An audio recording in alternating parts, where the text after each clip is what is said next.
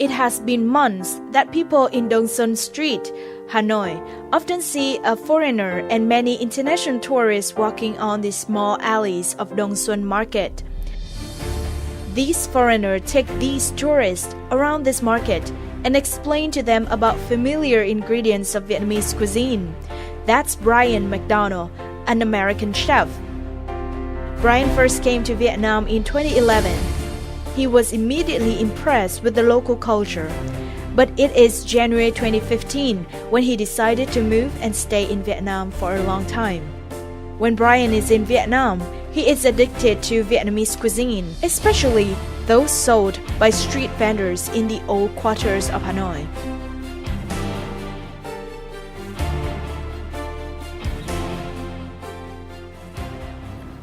Street food, one special attraction of Hanoi, has stolen the hearts of both local residents and international tourists. Brian is one of them. In today's program, Brian will join us to share why he's addicted to Vietnamese cuisine. Thank you, Brian, for joining us. Can you share more with us initially? What has brought you to Vietnam? Well, this country is far so different, I think, from all the other countries in Southeast Asia. Well, the people, of course, the culture that's in so many different parts of Vietnam, but the food, of course. I'm a chef by trade back home, and the food in Vietnam is so diverse from the northern part of Vietnam all the way down to the south. And what's fascinating about Vietnam is that you can get one dish in one particular place, can't find it anywhere else. Like, say, well, here in Hanoi, bún chả, or even chakka. You can't get that anywhere else. And it's only Hanoi specific. If you go to another area, Hue or Hoi An, they said, no. You can only get up north. And same thing in Hoi An as well. Some of the famous dishes like the white rose or the that beautiful noodle dish I'm trying to think of. You can only get it right there in Hoi An. It's just amazing. Do you still remember the first time that you tasted Vietnamese food? I would say that, yeah, when first time I came in 2011, I was really surprised. I think getting used to going from Western food to Vietnamese food, I think your body changes quite a little bit. Unfortunately, we have some things in Western food, preservatives and heavily sugared food or carbohydrates. But here the food is a lot more leaner, a little more simple. So the food is actually maybe absorbed into your body a little quicker, and the flavors are so much more fresher. It was so different from when everything I'm used to. So it's really tasty. Over the past few months staying in Vietnam, you have been studying Vietnamese language. So how has your Vietnamese language been so far? Can you communicate well with the street vendors? I'd say that my level has jumped so much from when I first got here in January full time. I think it's a slow moving thing, but when I go to the market, tomatoes and peppers and stuff like that, I can talk to them about numbers, make my purchases, and they can understand me. I can get them. So things have improved so much from when I first got here. So I will continue to learn more Vietnamese and hopefully introduce more of what I've learned to my tours as well. And I continue to more and more on my tour groups, and I think they enjoy it as well.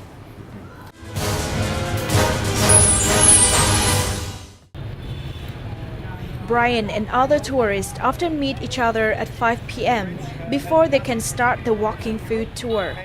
There are 6 tourists in this food tour. They are waiting at Dong Son Market, the busiest market in Hanoi. Coming to this market, tourists have a chance to see and buy different types of products, including food, clothes, and other stuffs. This market is also a good place for international tourists to see raw ingredients of Vietnamese cuisine. For example, soft shell turtle, frog, and crabs, etc. These products are not widely sold in their countries. After taking the tourists to the market, Brian guided them to some restaurants to taste Vietnamese food. Here we go. So now standing in front of Ben Quan, Gia Kuhn shop, and her name is Gia Trun, so of course that's her shop. Why not? Of course. If I have my own cafe, I'm gonna call it Brian's. So she's got rice flour batter. So she's gonna put it on there. So she's got these little steamers right there. So she's steaming the rice flour batter, and when it's finished cooking, she takes the bamboo stick right there that's in the cold liquid, and she's gonna pull it on off the steam table and bring it on over to that little area there. And that's when she puts the toppings in it. Her little lovely assistant. She's got some minced pork, beautifully cooked minced pork. Some more, guess what? Wood ear mushrooms. I love the wood ear mushrooms here. And she has it rolled on out. She puts the ingredients, and she rolls on over, and she chops it with the scissors right there, and it's done. And she just fills up the whole plate. Crispy fried shallots on top of it, and then either her or one of the assistants will put the coriander on top of it.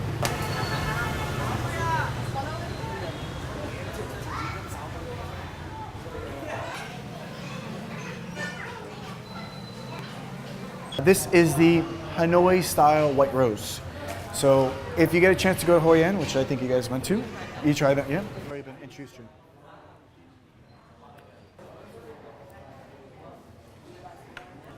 Ban Quan. So I liked it very much, and I've never tasted anything like it before because we don't have it in Germany. We don't have any Vietnamese food in Germany, really.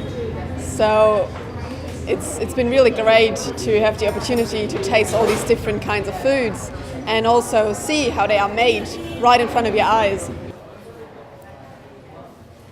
It's good to have somebody to explain to you what you're eating and how it's prepared and what the tradition behind it is, because otherwise you're just tasting things and you don't even know what it is. And then also he's telling us all the names of the food so I can find it again, which is good too.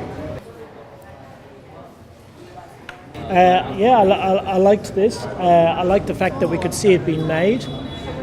It's obviously very fresh. Straight from the kitchen, straight onto the plate, and it was very nice.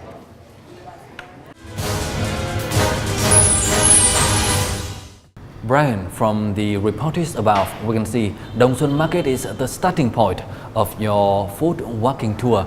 I'm wondering, why did you choose Dong Xuan Market as this starting point? I chose Dong Xuan Market because it's a great focal point to talk to them about the food, introduce them to some of the food and the flavors before they try it. So a bit of a backstory. But also right by Dong Xuan Market, there's a famous battle. It was the Battle of Hanoi that actually started right there in Hanoi. And it was a siege, they took over the market, and so there's all these fun stories and people really enjoy that. And then after that, we start developing more of the stories about talking more about the food and more of the flavors that they will be able to get the chance to try the further we go on to the tour. So a kind of a wide range of information, and then the further we get onto the tour, I think that they understand and appreciate the food more. So all these little stories, yeah, and fun stories as well along the way. It is late afternoon when you and the other international tourists are coming to the streets and discover Vietnamese cuisine. I'm wondering, is this the best time for you and many international tourists to discover Vietnamese cuisine? No, I think that a lot of these restaurants and little cafes and some of the street food sellers I've taken so much time to select each one that I want onto the tour for its good hygiene, good food quality. So it's taken me a while to select each ones that I want to introduce them to. So I think that in the middle part of the day, it's harder, but in the later part of the day, it's okay. Starting of the day, perfect.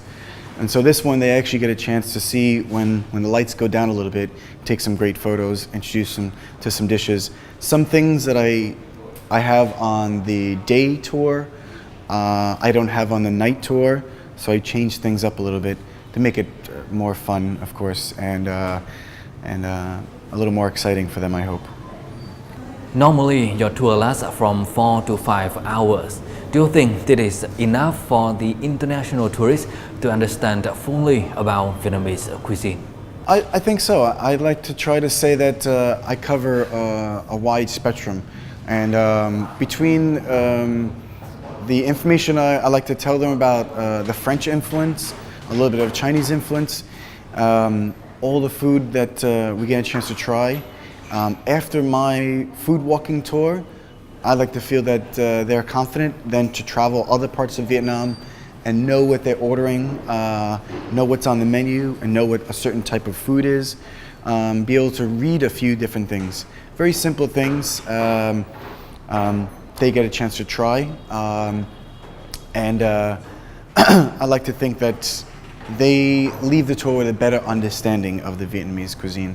From the perspective of a foreign chef, what are the dishes that you often recommend to the international tourists? Banh mi opla. Tell them about the special bread here in Vietnam. That is an essential part of a banh mi sandwich, and how the bread has actually been introduced by the French. Inside the banh mi, there's pad thai in there, and pad thai is actually brought over by the French. If we have the banh mi opla, it's with the omelette, and the omelette is actually brought over by the French. But of course, all those beautiful ingredients, and then we have roasted pork or boiled pork, or even some sausages, and that's all local Vietnamese stuff. Ben bao chin is actually a favorite one of mine, and once some of the people, possibly from British people or Australians, and bite into it, reminds them of a dish called a Scotch egg, and it's so tasty. And this one I chose not to dip it into some fish sauce, just taste it plain. It's really, really nice. So that's just a few dishes of the about 28, 29 different tastes we're gonna have. So yeah, as we're a taste of Hanoi, all those portions we're not gonna have. We're gonna small portions, small little tastes. The biggest thing that Westerners are unfamiliar with is the use of fresh herbs in like big leafy lettuce, big herbs, and that we're not used to it. Usually we'll chop something up and put a little sprinkle on some things. But in Vietnam, you get a big pile of fresh herbs with a dish, and so you just accompany it, put a little leaf here, put a leaf there. And I think that this is just one of the most amazing things, not only Hanoi, but other parts of Vietnam as well do it. Even on the one dish I'm gonna introduce my group to tonight, Ben Quan, they've got coriander on top of it, big flat pieces of coriander, not chopped up, big pieces, or even basil, and bon bon nambo, there's big pieces of fresh herbs in there, many different dishes, big, and so the flavors are stronger, not chopped up and muted. So it's really nice to have that, and that's a big thing that people, tourists are not aware of or surprised, like, whoa, that's so big. But it's to enhance more flavor to a dish, which is amazing. It's very great to hear that you like Vietnamese cuisine quite a lot, and you even introduce to many international tourists when they come to Vietnam. So thank you, Brian, for your sharings. That's all we have for today's program. For comment and feedback, don't hesitate to write to us at sharingvietnam@netviettv.net. Thank you for watching, and goodbye for now.